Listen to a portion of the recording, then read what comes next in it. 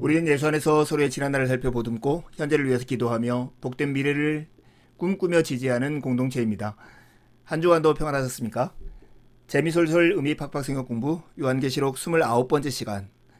오늘은 요한계시록 17장 1절에서 18절에 있는 말씀, 바벨론에 대한 심판 중 첫 번째 시간 바벨론의 정체에 대해서 함께 살펴보겠습니다. 일곱 대접의 심판 중 일곱 번째 대접이 쏟아졌을 때 종말에 있을 최후의 심판이 시작되었습니다. 계시록 16장 17절 19절 말씀에 이렇게 되어 있습니다. 일곱 천사가 그 대접을 공중에 쏟음에 큰 음성이 성전에서 보좌로부터 나와서 이르되 되었다 하시니 큰 성이 세 갈래로 갈라지고 만국의 성들도 무너지니 큰 성 바벨론이 하나님 앞에 기억하신 바 되어 그의 맹렬한 진노의 포도주잔을 받음에. 종말에 있을 최후의 심판이 17장 1절부터 20장 15절까지 기록되어 있습니다.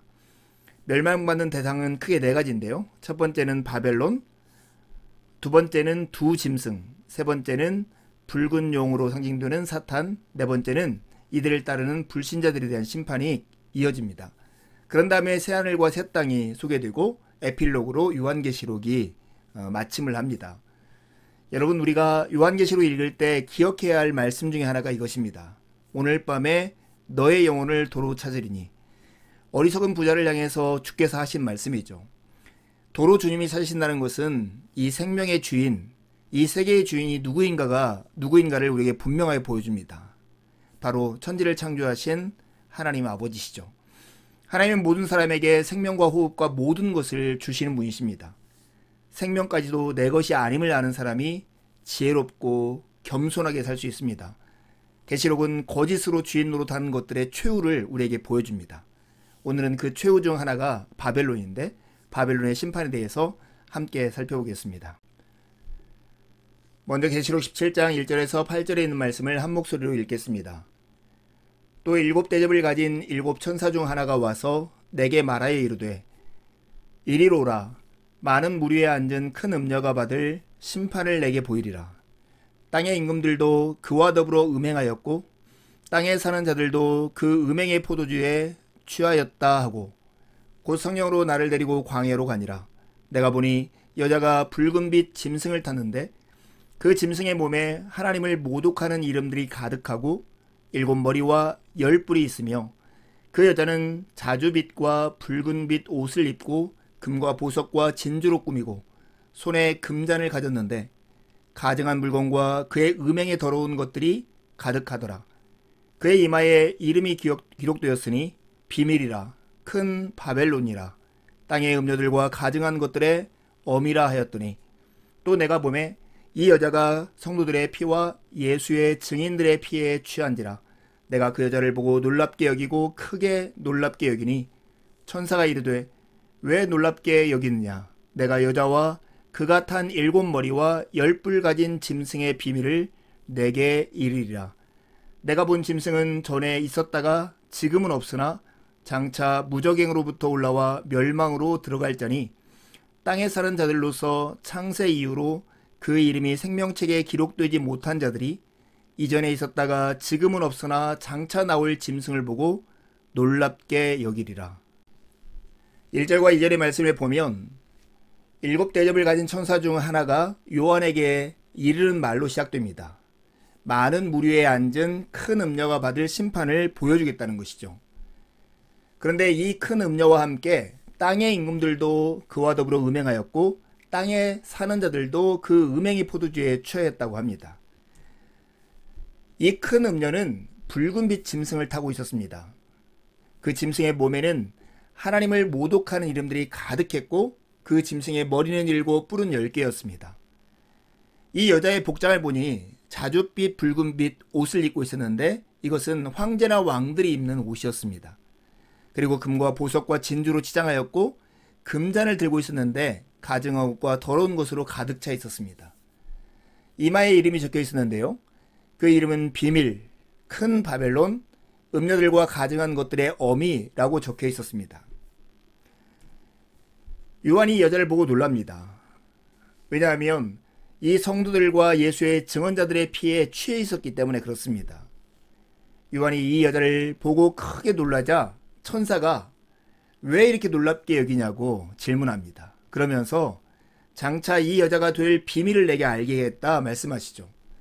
천사가 일러준 여자와 그가 탄 짐승의 비밀이 무엇이었을까요? 7절과 8절에 나오는데 그 짐승은 지금은 없으나 장차 무저기로부터 올라와 멸망에 들어갈 자인데 진짜 이것들을 보고 놀랍게 여길 자는 창세 이후로 그 이름이 생명책에 기록되지 못한 자들이 놀라야 한다는 것입니다. 여러분, 이 요한이 놀라는 것과 이 생명책에 기록되지 못한 자들이 놀라는 것이 어쩌면 다를지 모르겠습니다. 이 여자가 어떻게 이런 권세를 행하는가 보면서 요한이 놀랐다면 생명책에 기록되지 못한 자들은 잔뜩 이 여자에 대해서 기대를 가지고 있었는데 그 기대가 수포로 돌아간 것 때문에 놀라게 될 것입니다. 하나님의 심판이 있기 때문이죠. 7대접을 가진 천사 중 하나가 요한에게 많은 물 위에 앉아있는 큰 음녀가 받을 심판을 보여줍니다. 요한은 음녀의 행동을 보고 크게 놀라지만 천사는 정작 놀라야 할 자들은 생명책에 기록되지 못한 자들이라고 말합니다. 그렇다면 큰 음녀는 누구일까요? 그 이름이 바벨론이라고 했으니 바벨론을 지칭하는 거겠죠. 근데 이 큰 음녀를 묘사하는 두 가지 중요한 표현에 우리는 주목해야 합니다. 하나는 이 큰 음녀가 많은 물 위에 앉아 있는 것입니다. 1절에 보면 오라 많은 물 위에 앉은 큰 음녀가 받을 심판을 내게 보이리라 이렇게 말씀합니다.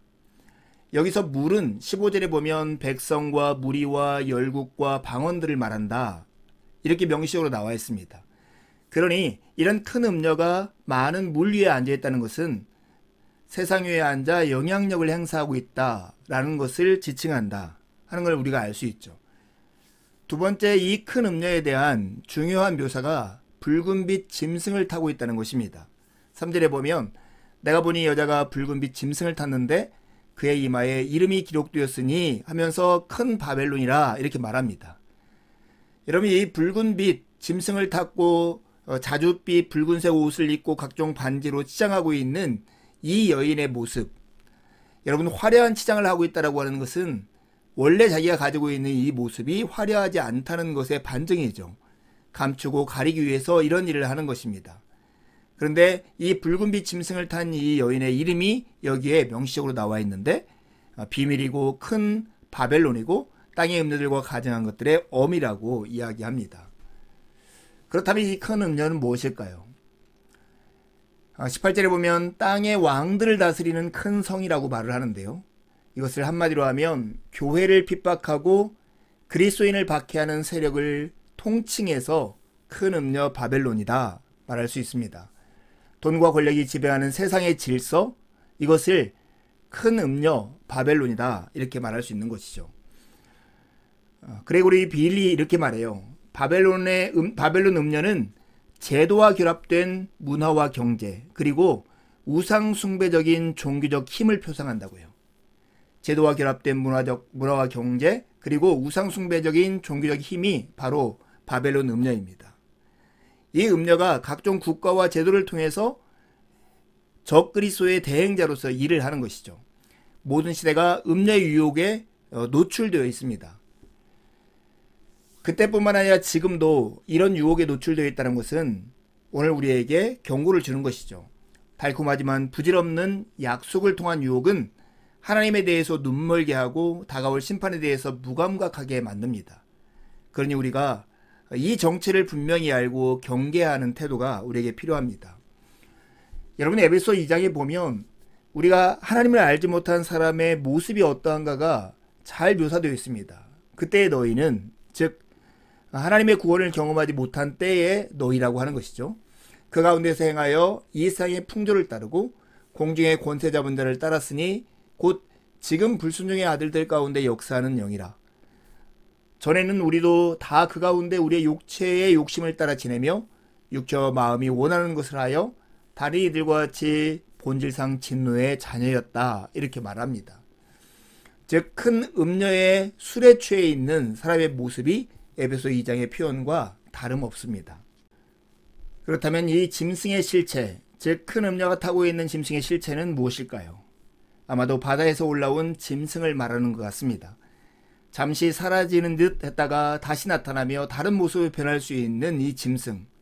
이 짐승은 자기의 뜻을 이루기 위해서 바벨론 등을 이용해서 그 뜻을 이룹니다. 이것을 신약의 다른 소신서에 나오는 표현을 빌어자면 적그리스도다 이렇게 말할 수 있습니다. 여기서 짐승은 바다에서 올라온 짐승으로 적그리스도를 말합니다. 적그리스도는 자기의 뜻을 이루기 위해서 바벨론 동을 이용합니다. 큰 음료 뒤에는 짐승이 있다는 것을 우리가 기억할 필요가 있죠. 이제 9절에서 13절 말씀을 한 목소리로 읽겠습니다. 지혜 있는 뜻이 여기 있으니 그 7머리는 여자가 앉은 7산이요 또 7왕이라. 5은 망하였고 하나는 있고 다른 하나는 아직 이르지 아니하였으나 이르면 반드시 잠시 동안 머무르리라. 전에 있었다가 지금 없어진 짐승은 8째 왕이니 7 중에 속한 자라. 그가 멸망으로 들어가리라. 내가 보던 10뿔은 10왕이니 아직 나라를 얻지 못하였으나 다만 짐승과 더불어 임금처럼 한동안 권세를 받으리라. 그들이 한 뜻을 가지고 자기의 능력과 권세를 짐승에게 주더라. 9절에서 13절은 어린 양과 싸우는 짐승의 7머리와 10뿔에 대한 이야기가 나오는데요. 이 단락의 시작은 지혜 있는 뜻이 여기 있으니 라는 말씀으로 시작합니다. 세번역은 이 부분을 여기에 지혜를 가진 마음이 필요하다 라고 번역합니다. 이 단락에서는 7머리가 무엇이고 10뿔이 무엇이며 그들이 힘을 합하여서 자신의 능력과 권세를 짐승에게 주는 내용이 나옵니다. 즉 영적 전투에서 우리는 지혜가 필요하다는 것입니다. 지혜는 분별력입니다. 실제가 무엇인지를 보는 눈입니다. 어린 양과 싸우는 상대가 누구인지 알려면 우리에게는 지혜를 가진 마음이 필요합니다. 그렇다면 7머리와 10뿔은 무엇일까요? 7머리가 지칭하는 것은 로마 제국의 7 황제를 가리킵니다. 로마는 7산 위에 세워진 도시였습니다. 그러나 직접적으로는 로마 제국의 7 황제를 뜻하지만 그것이 내포하고 있는 의미는 역사 속에 계속 등장하는 반기독교적인 제국이나 통치자들을 대표하는 말이기도 합니다. 짐승의 10뿔은 각 지역의 통치자들, 즉 로마의 분봉왕들을 말합니다. 그들이 가진 권세는 아직 나라를 얻지는 못하였습니다. 그러나 짐승과 더불어 한동안 권세를 받아 행사하는 자들이었습니다. 로마는 7산 위에 세워진 도시입니다. 짐승의 7머리는 로마의 황제의 표상입니다. 10개의 뿔은 각 지역의 통치자들인데 이들은 아직 나라를 얻지 못하였고 짐승과 더불어 한동안 권세를 받아서 행사하고 있는 것입니다. 지금까지가 서론이었다면 14절에 18절 말씀이 싸움의 바벨론의 심판에 대한 정점으로 치닫는 부분입니다. 14절에 18절 말씀을 한 목소리로 읽겠습니다. 그들이 어린 양과 더불어 싸우려니와 어린 양은 만주의 주시오 만왕의 왕이심으로 그들을 이기실 터이요. 또 그와 함께 있는 자들 곧 부르심을 받고 택하심을 받은 진실한 자들도 이기리로다. 또 천사가 내게 말하되 내가 본 바 음녀가 앉아있는 물은 백성과 무리와 열국과 방언들이니라. 내가 본 바 이 10뿔과 짐승은 음녀를 미워하여 망하게 하고 벌거벗게 하고 그의 살을 먹고 불로 아주 살으리라. 이는 하나님이 자기 뜻대로 할 마음을 그들에게 주사 한 뜻을 이루게 하시고 그들의 나라를 그 짐승에게 주게 하시되 하나님의 말씀이 응하기까지 하심이라. 또 내가 본 그 여자는 땅의 왕들을 다스리는 큰 성이라 하더라. 요한계시록 17장을 한 절로 요약하자면 14절 말씀이라고 할 수 있습니다. 그들이 어린 양과 더불어 싸우려니와 어린 양은 만주의 주시오 만왕의 왕이심으로 그들을 이기실 터이요. 또 그와 함께 있는 자들 곧 부르심을 받아 택하심을 받은 진실한 자들도 이기리로다. 아멘입니다. 여러분, 초대교회 극심한 고난 가운데 예수 그리스도의 약속을 붙잡고 살아가는 사람들에게 이 말씀이 얼마나 큰 믿음과 용기를 주었을까 여러분 상상이 가십니까? 그들이 어린 양과 더불어 싸움을 걸어왔습니다. 하지만 결과는 뻔합니다. 왜냐하면 어린 양은 만주의 주요 만왕의 왕이심으로 이기실 것입니다. 또한 그리스도뿐만 아니라 그리스도와 연합되어 있는 자들, 그리스도 안에 있는 자들도 이길 것입니다. 부르심을 받고 택하심을 받은 진실한 자도 이길 것이라고 말씀합니다.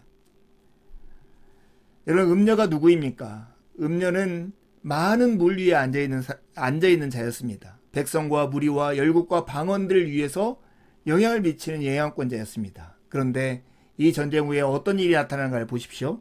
열불과 짐승이 이 음녀에게 하는 일이 16절에 나타나 있는데 음녀를 미워하여 망하게 하고 벌거벗게 합니다. 자중질환이 일어나는 것이죠. 어떻게 이런 일이 일어났을까? 그것은 하나님께서 그들이 자기 뜻대로 할 마음을 허락하셨기 때문입니다. 이 권세를 주신 분은 하나님이시고 언제까지 이 일을 하냐면 하나님의 말씀에 응하기까지 그들이 할 수 있었습니다.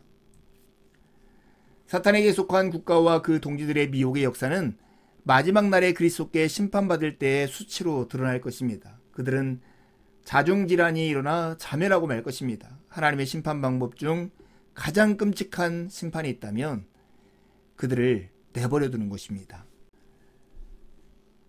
붉은빛 자준빛 옷을 입고 각종 보석으로 치장했던 그 큰 음녀의 최후가 어린 양의 승리 후에 나타납니다. 같은 편이었던 열불과 짐승이 이 큰 음녀를 향해서 어떤 일을 하는가가 16절에 나오죠. 음녀를 미워하고 망하게 하고 벌거벗게 하고 그의 살을 먹고 불로 아주 살라버립니다. 그리고 하나님은 이런 일을 당하도록 큰 음녀를 내버려 두시는데 자기 뜻대로 할 마음을 그들에게 주어서 한 뜻을 이루게 하시고 그들의 나라를 그 짐승에게 주게 하시되 하나님의 말씀에 응할 때까지 하게 하셨습니다. 가장 끔찍한 심판은 은혜 주시기를 포기하시는 하나님, 내버려 두시는 하나님의 태도에 있습니다. 하나님은 원수들이 자기 뜻대로 할 마음을 주셨습니다. 그냥 내버려 두심으로 한 뜻을 이루게 하셨습니다. 그 결과는 자중질환이었습니다. 악의 특성은 이처럼 자기 파괴적입니다. 죄는 당장 달콤하지만 결국 부질없는 파멸의 결과를 낳는다는 것을 우리는 마음에 깊이 새겨야 합니다. 여기서 선과 악의 아주 대조적인 특징이 나타나 있습니다. 악의 특성은 자기 파괴적인 반면 선의 특성은 사랑으로 연합하는 데 있습니다. 왜 악의 특성이 자기 파괴적일까요? 이는 자기 번영만을 추구하는 것이기 때문입니다. 이런 악한 사람들은 강한 사람을 파괴하려 들고 약한 사람은 이용하려 드는 특성이 있습니다. 반면 선의 특성은 사랑으로 연합하는 것입니다. 서로를 묻고 서로의 운명에 참여하는 것이죠. 로마서 12장 15절에 나오는 말씀처럼 선한 사람의 특징은 즐거워하는 사람들과 함께 즐거워하고 우는 자들과 함께 우는 사람들입니다. 자기만의 번영을 추구하기 때문에 악을 추구하는 자들 안에는 자중질환이 일어날 수밖에 없습니다. 자기보다 좀 더 나은 사람을 참고 견디지 못하기 때문이죠. 자신의 자리를 무별 위에 높이고 지극히 높은 자와 같아지려는 사탄의 닮은 꼴이 이 악에서 그대로 드러나고 있습니다. 하나님의 심판 중 가장 무서운 심판은 은혜 베푸시기를 포기하시는 것입니다. 로마서 1장의 표현대로 하면 내버려 두시는 것이죠.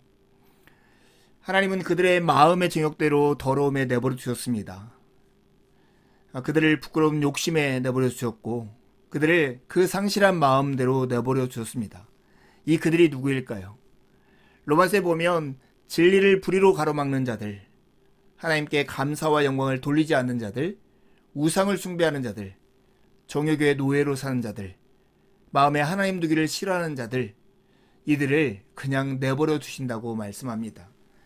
지금도 하나님이 우리를 채찍을 가하고 때로 고난을 주셔서 하나님을 바라보게 하신다면 그것은 하나님이 우리에게 은혜 베푸시기를 포기하지 않았다는 뜻입니다. 그렇다면 우리에게는 아직도 소망이 있습니다. 성경 역사상 가장 타락한 시대가 언제일까?